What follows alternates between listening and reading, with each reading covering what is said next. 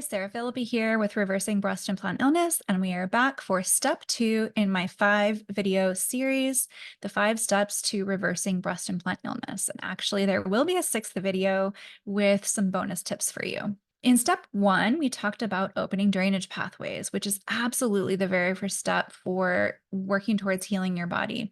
Now, if you haven't seen that video, I highly recommend going back and watching that first.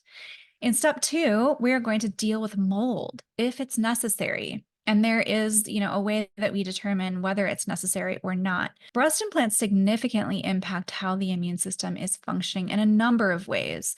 They can contribute to autoimmunity. The immune system can react to silicone.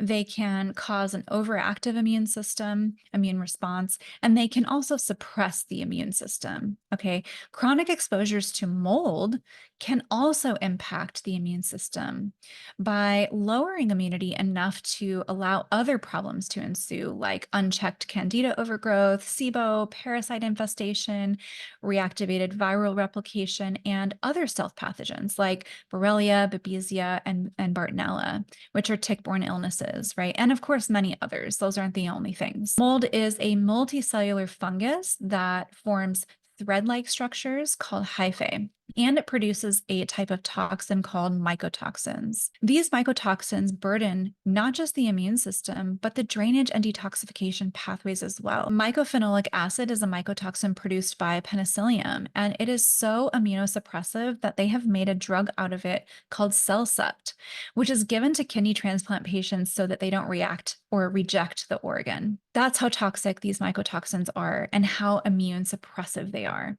There are over 200 different types of mycotoxins that we know of that have been discovered, and we definitely don't know everything there is to know about them. We know some, but we don't know everything. Not quite as common, but mold can also be found in and around breast implants in the body.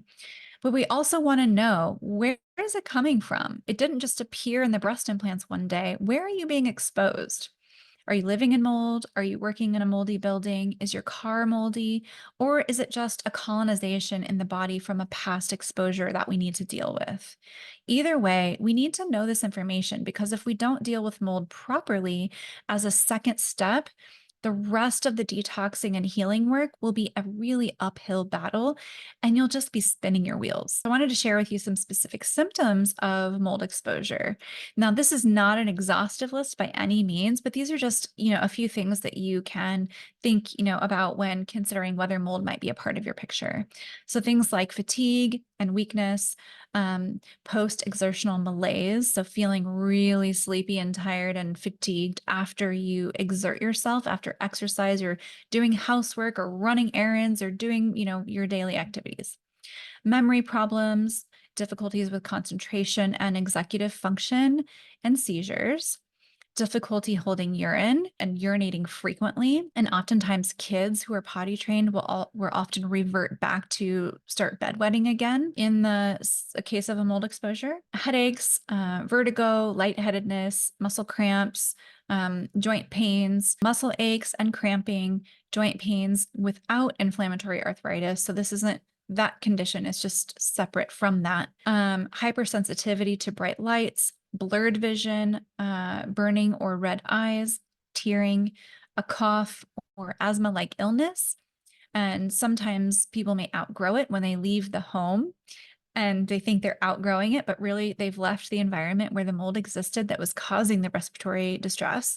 Shortness of breath, chronic sinus congestion, air hunger, or unusual shortness of breath at rest. So when you're not exerting yourself, chronic abdominal problems, including nausea, crampings, and then secretory diarrhea, a propensity to experiencing static shocks, and then difficulty regulating body temperature. And another that I'll say lastly is dysautonomia. So this really tends to overlap with things like parasites and tick-borne associated illnesses and breast implant illness as well. How many of these symptoms do you see kind of crossing various different diagnoses, right? Just because you have a lot of the symptoms of breast implant illness doesn't mean that's the only issue that you're dealing with. Yes, breast implant illness is a part of your picture, but there may be other things going on as well. And we need to see that big picture in order to get on the right path to healing. Okay, so if mold is not an issue, and we would rule that out by testing the right kind of testing, which you have to, work with a practitioner to be able to do, then we can move into step 3. All right, so I hope this was helpful information. If you have questions, please post in the comments below. And I will see you in the next video where we discuss step 3.